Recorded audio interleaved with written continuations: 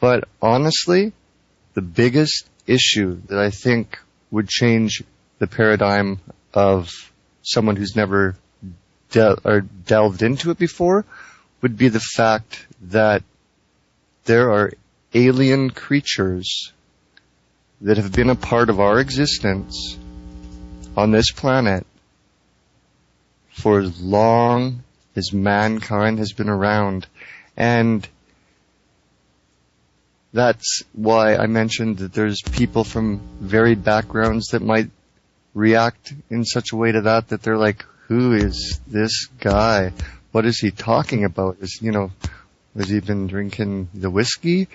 But really there's such a huge amount of historical documentation in different forms. And this is your specialty. There is so much documentation that you don't even have to put guessing or research or figuring it out into the equation. There is enough information available that you can't deny that anymore.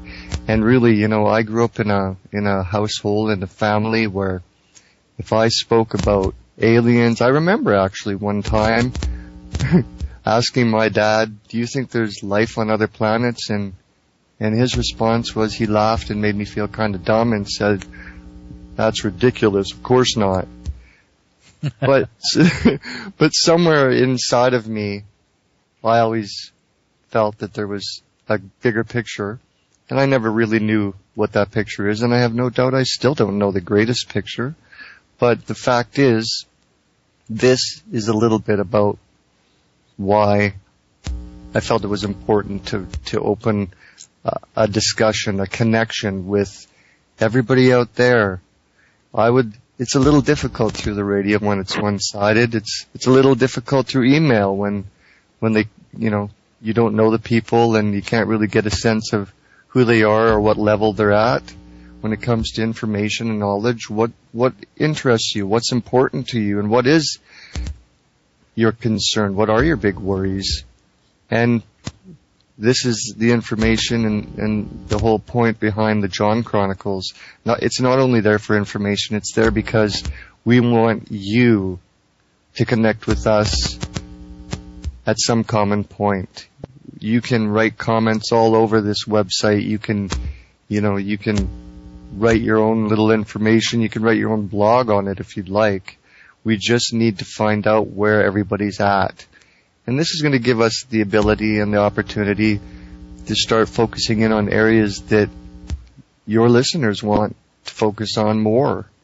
It's going to give us the ability to give people the information that they haven't heard before, or they haven't, or they didn't know where to look for.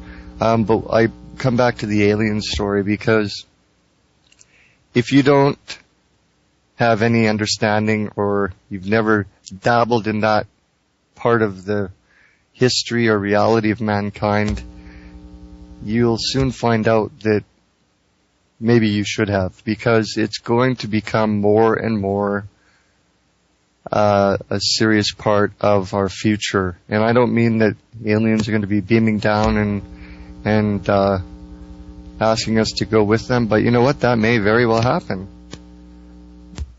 I was thinking the other night, actually I was on a website the other night. That's not unusual, is it? I was on a website the other night and I try to go to different things to get different feels and ideas of things, but I was thinking there are so many people on this website that are talking about UFOs and aliens, and I have no doubt that they're out there. I've even seen some weird things myself in my life. But the thing that really hit me hard was the overall attitude of this particular group of people was that they want to make contact and they want these creatures or different races to come down, and almost as though they would be gods or something.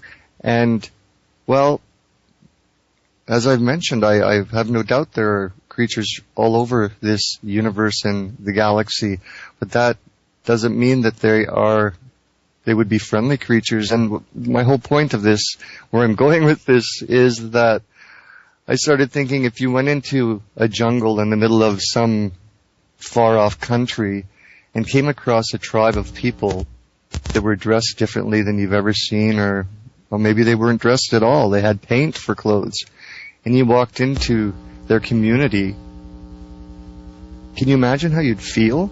You wouldn't have a clue what their perspective would be on you. You wouldn't know if they're friendly or if they're foe. You wouldn't know how they would react. And the same would be, to my reckoning, if and when our planet gets visited by, outwardly, obviously visited by creatures from other planets. And I think what my point is really that I wouldn't want people to be, one, unprepared, and two, just assume that they would be good, friendly, and they certainly wouldn't be gods. We go into a lot of things like that on the John Chronicles.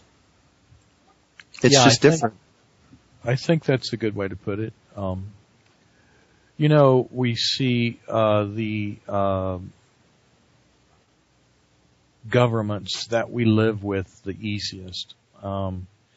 I think maybe most other governments see the American government more than Americans see outside their own country. Well, you've got to kind of give a few Americans a little break here. I mean, there's 50 states. The land is enormously large.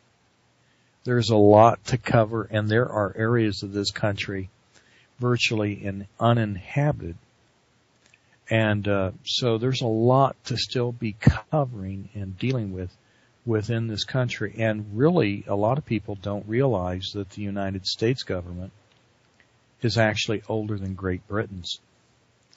Although we've had our fight for, independence, as they might call it, from England, Great Britain was formed as a system of government after we did. So, in Western culture, we're a long survivor, and it really has historically been that, as you might want to call it democratic, I prefer to call it republic forms, is very rare to make it 200 years. So here we are on the verge of it. And I think why this continually seems to be the case with nations or civilizations coming, then going, coming and going, we're beginning to see a cycle. And there are cycles within cycles and plans within plans. When we begin to see why, for example, they're passing in the United States a health reform bill, I know a lot of people out there are going, well, I know why. It's because of money. But I really don't think money can explain it all. It's not the ultimate. It really isn't the ultimate. It gives you temporarily an ability to have power. But we have to begin to ask questions like, where do these people come up with the ideas that the people that they're supposedly representing want any of this? Let me give you an example. There was a thing about in October of 2008 called the bailout. All the information coming into Congress prior to the bailout, there were 3,000 against it to every one for it. That's an overwhelming odds that they ignored. They totally, completely ignored it. So when you look at that, you begin to realize that the government, which is the people, that have representatives doing work for them, are not working for them. They're working another agenda. So whose agenda are they working? Who are they